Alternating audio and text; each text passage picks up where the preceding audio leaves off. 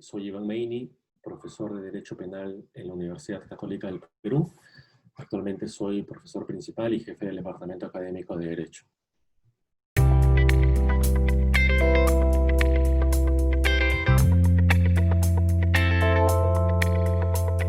En principio, habría que afirmar que todavía es relativamente prematuro para responder contundentemente esa pregunta. Lo que sí se puede hacer es sostener que el contenido de las grabaciones de los audios sugieren que se podría estar en presencia de dos delitos, del delito de encubrimiento real y del delito de obstrucción a la justicia. Sin embargo, esto no es tan sencillo, me explico. El delito de encubrimiento real exige que una persona obstaculice la acción de la justicia a través de la destrucción o el ocultamiento, por ejemplo, de pruebas, que es lo que aparentemente podría haber sucedido. Sin embargo, el propio Código Penal contempla una regla en cuya virtud se exonera de responsabilidad por el delito de encubrimiento real o personal cuando el vínculo entre quien comete el delito y la persona beneficiada con ese delito es tan intenso como para exonerar de responsabilidad. El ejemplo con el que siempre se grafica esta tesis es la madre que, por ejemplo, esconde a su hijo que está siendo perseguido por la policía, o cuando borra las huellas dactilares de su hijo del arma homicida, no podría ser sancionada por este delito por el vínculo tan intenso que existe entre ella y la persona que se beneficiaría con este encubrimiento real o personal.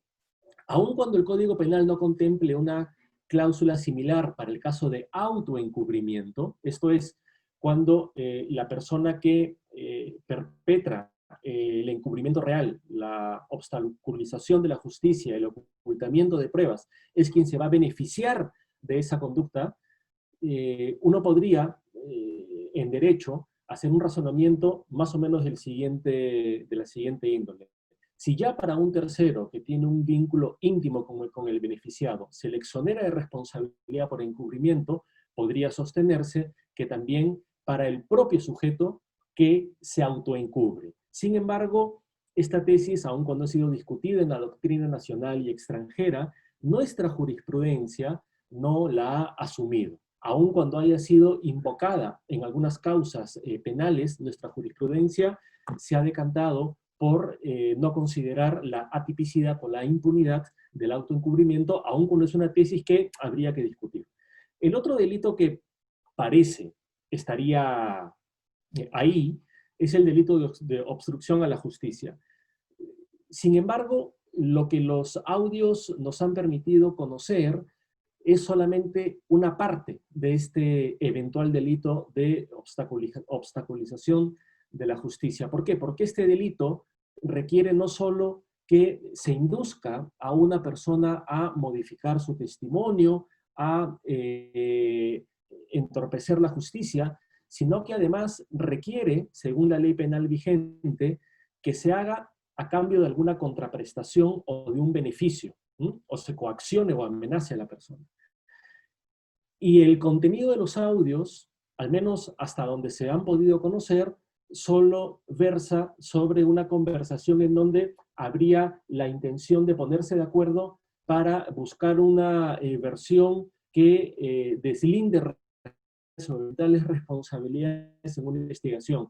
Pero de esos audios no se desprende que el presidente haya inducido a la señora Roca y a la otra persona que trabajaba con él para que cambien de versión a cambio de algo, a no ser que en el transcurso de las investigaciones se sostenga que esa contraprestación sería, por ejemplo, la permanencia en el puesto de trabajo u otro incentivo u otra contraprestación. Pero eso es lo que por lo pronto estaría faltando. No obstante, sí lo que parece más sensato y prudente es que esto se investigue. Los audios constituyen un indicio razonable para que el Ministerio Público investigue. Y en el ámbito de esa investigación es donde se podrá clarificar y se podrá tener mayor luz sobre si estamos o no en presencia de estos o eventualmente otros delitos, investigar.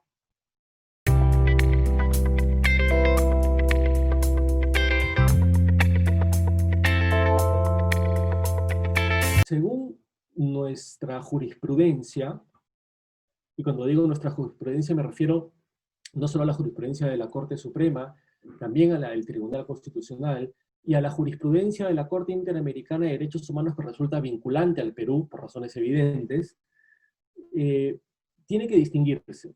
Ahí donde el medio de prueba, en este caso los audios, han sido obtenidos a través de una interceptación, es decir, una tercera persona que no forma parte de quienes dialogan, es quien intercepta los casos conocidos coloquialmente como chuponeo.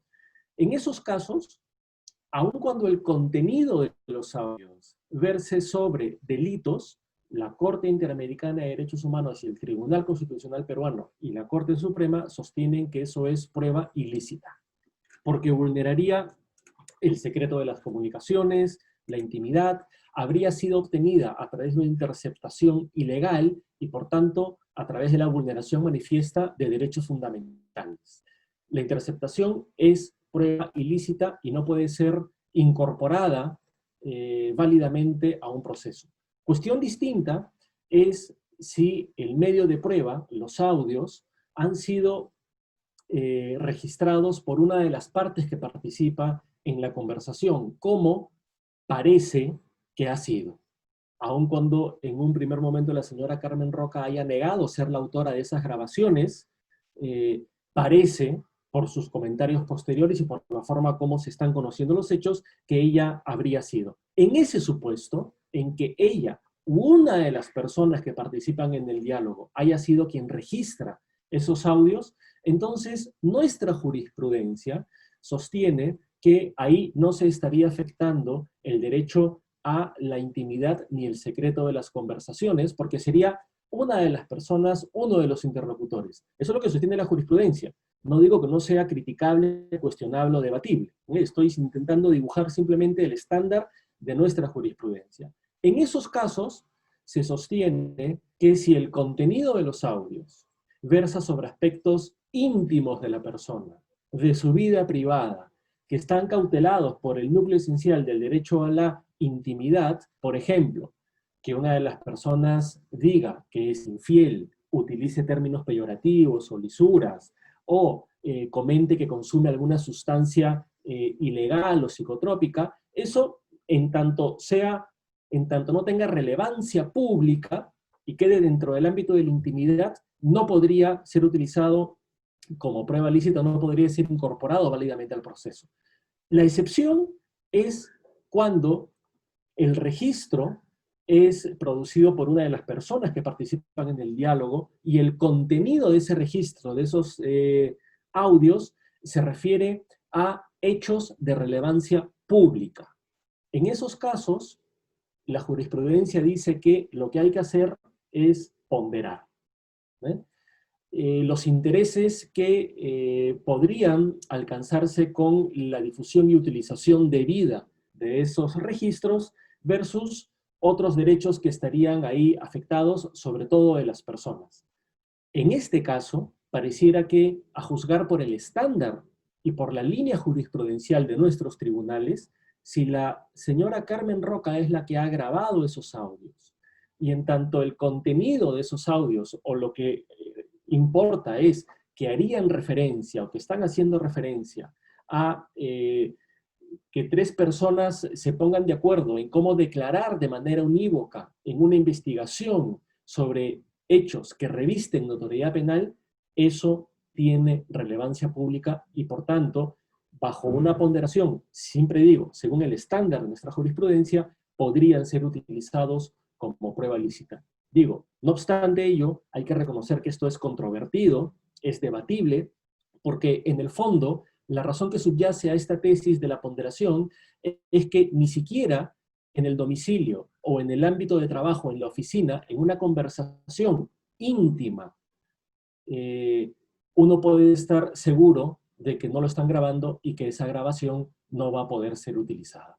Y uno de los elementos que los tribunales suelen utilizar para valorar la prueba es, en estos casos, la espontaneidad. Es decir, el hecho de que una persona hable con espontaneidad en el sentido de que no está siendo ni inducido a decir o callar algo, es lo que los jueces valoran para admitir una prueba y para otorgarle esa calidad. Mi impresión es que si se admite por regla general este test de ponderación, al final lo que se puede hacer es perturbar a la larga una valoración probatoria en el sentido de que nadie va a estar seguro prácticamente nunca, ni siquiera en su domicilio o en su trabajo, de que si lo graban, eso no va a poder ser utilizado. Y ahí habría un riesgo respecto a la espontaneidad. Digo esto como un argumento que puede, digamos, no estar de acuerdo con el estándar de nuestra jurisprudencia. Pero ese es el que he descrito el estándar de nuestra jurisprudencia.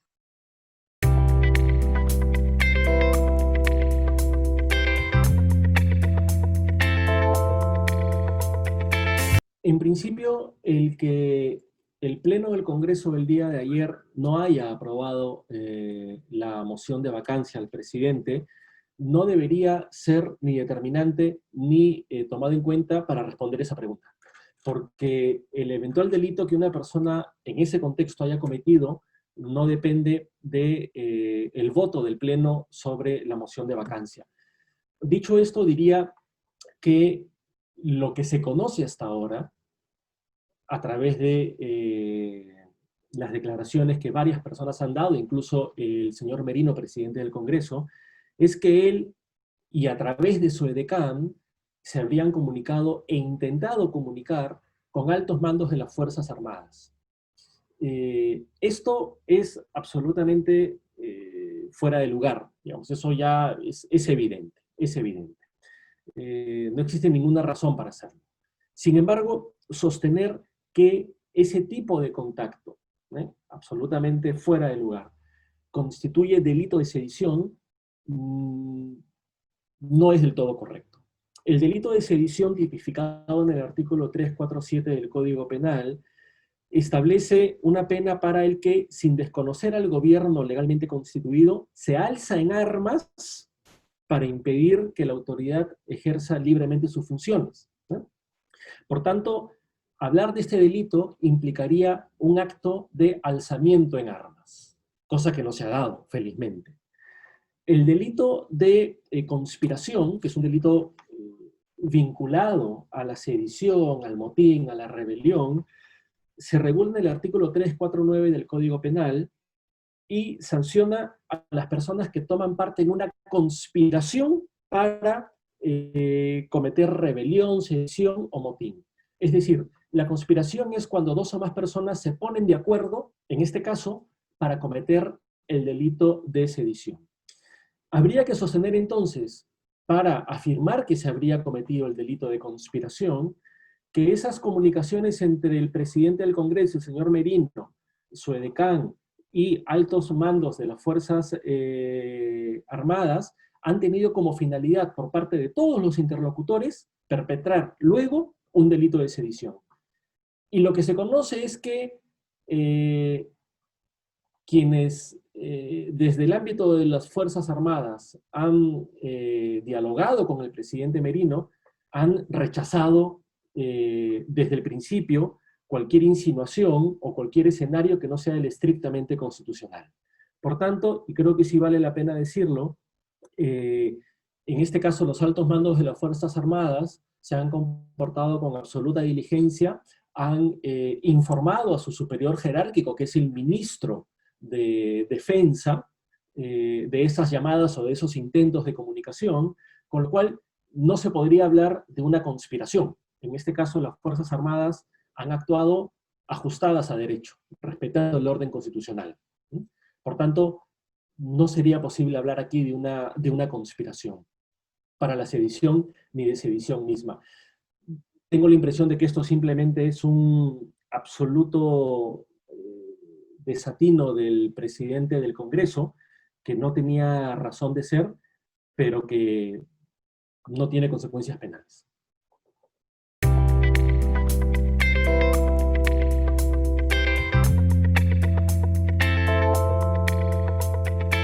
Yo creo que es una medida adecuada. No digo que no exista alguna restricción a algún derecho. Lo que pasa es que se trata, como en muchísimos casos en derecho, de una ponderación. Por un lado, el derecho que tenemos los ciudadanos a que las autoridades y los funcionarios públicos sean personas probas, que no hayan cometido delitos u otros hechos, no solamente delitos, otros hechos que no los hagan dignos en términos de capacidad y en términos de moralidad para el ejercicio del cargo. Desde ese punto de vista uno podría decir, es saludable que las personas que han sido condenadas por delitos dolosos no puedan participar como funcionarios públicos ni ser elegidos. Y esto además sirve como un filtro para los propios partidos políticos, porque tendrán que tener mucho más cuidado con a quienes invitan o quienes se presentan por sus listas. Desde ese punto de vista, parece adecuado, sobre todo si uno revisa la historia reciente y no tan reciente del Perú, en donde la gran corrupción que preocupa a la inmensa mayoría de peruanas y peruanos es la que se perpetra desde las altas esferas del poder público. Sin embargo, al frente, o en el otro plato de la balanza, están también derechos de las personas a ejercer sus derechos políticos. Una ponderación en este caso creo que justifica esa restricción o esa limitación del derecho a ejercer cargos públicos, porque al frente existe un derecho que es también importante, y la restricción del derecho a participar en política sufre una restricción que parece razonable para garantizar el otro interés, que es un interés colectivo de la transparencia, de la probidad, de la lucha contra la corrupción. Por tanto, sin desconocer que hay una limitación a un derecho político, esa limitación creo queda justificada, es necesaria, la restricción resulta idónea para garantizar un interés, en este caso, superior. Por tanto, creo que no solamente existen motivos históricos para saludar esta decisión, sino también razones jurídicas para saludarla, para avalarla. Encantado, muchas gracias a ustedes.